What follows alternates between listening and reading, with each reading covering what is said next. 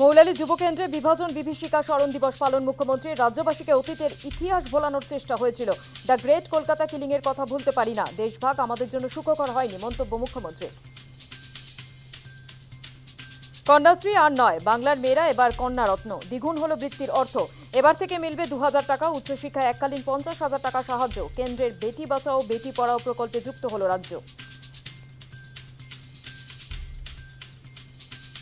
16ই August আর খেলা দিবস নয়, এবার থেকে রাজ্য জুড়ে পালিত হবে আয়ুষ্মান দিবস। দ্য গ্রেট ক্যালকাটা কিলিং স্মরণ করে নয়া ঘোষণা রাজ্য সরকারের। আগামীকাল থেকে রাজ্যে চালু হবে আয়ুষ্মান ভারত প্রকল্প। একই সঙ্গে চালু হবে মুখ্যমন্ত্রী স্বাস্থ্য বীমা যোজনা। প্রবল বিক্ষোভের মুখে আরজিকর কাণ্ডে ধৃত নির্মল ঘোষ। হেলমেট পরিয়েও রোখা গেল না জনরোষ। তৃণমূলের প্রাক্তন বিধায়কের উদ্দেশ্যে উড়ে এলো ডিম, জুতো পরানো হলো জুতোর মালাও। ছোড়া হলো কাদা, পড়ল লাথি। ব্যারাকপুর আদালতে চলছে স্লোগান। আরজিকর কাণ্ডে জালে নির্মল সাগরেদ সঞ্জীব মুখার্জিও।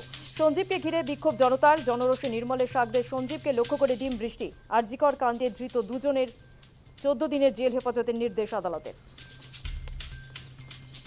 দ্রুততার সঙ্গে পুলিশ বাইরের রাজ্য থেকে তুলে নিয়ে এসছে এদেরকে।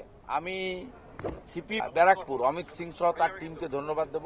বাকি একজন আছে, তাকেও পুলিশ গ্রেপ্তার করুক অথবা তিনি নিজে স্যারেন্ডার করুক, এটা আমি চাই। নেতাজি সম্পর্কে অপমানজনক মন্তব্য। বঙ্গবিভূষণ হাতছাড়া হতেই ভোল বদল। চাপে পড়ে দুঃখ প্রকাশ অনন্ত মহারাজের। আমার বক্তব্যে আঘাত পেলে আন্তরিকভাবে দুঃখিত। সমাজ মাধ্যমে বিবৃতি বিজেপি সাংসদের। অনন্তর বিরুদ্ধে এফআইআর কোচবিহারে। অনন্ত মহারাজ যা বলেছেন তা ক্ষমার অযোগ্য, তবে প্রবীণ মানুষের ক্ষমা চাওয়া ইতিবাচক। নেতাজি অপমান বিতর্কে দলীয় সংসদে ক্ষমা চাওয়ার প্রসঙ্গে বললেন মুখ্যমন্ত্রী।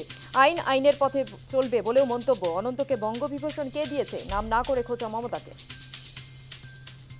শরীরে অতিমাত্রায় ওষুধ যাওয়ায় কি মৃত্যু এনআরএসের মহিলা নার্সের?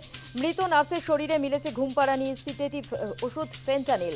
বাম হাতে ছুঁচের দাগ। রূপালীর শরীরে কিভাবে কেন গেল ওষুধ খতিয়ে দেখছেন তদন্তকারীরা। এনআরএস হাসপাতালে নার্সের মৃত্যুতে ধোঁয়াশা। ঘটনাস্থল থেকে রূপালীর মোবাইল বাজেয়াপ্ত। কর্মরত নার্স এবং চিকিৎসকদের সঙ্গে কথা তদন্তকারীদের। সিসি ক্যামেরার ফুটেজ বাজেয়াপ্ত। স্বাস্থ্য দপ্তরে 8 সদস্যের তদন্ত কমিটি গঠন। 7 দিনের মধ্যে রিপোর্ট জমার নির্দেশ।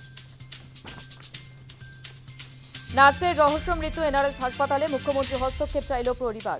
নিরপেক্ষ ও সঠিক তদন্তের দাবি। পটাশপুরের বাড়িতে শোকের ছায়া। প্রায় 15 দিন আগে শেষবার পটাশপুরের বাড়িতে গিয়েছিলেন রূপালী।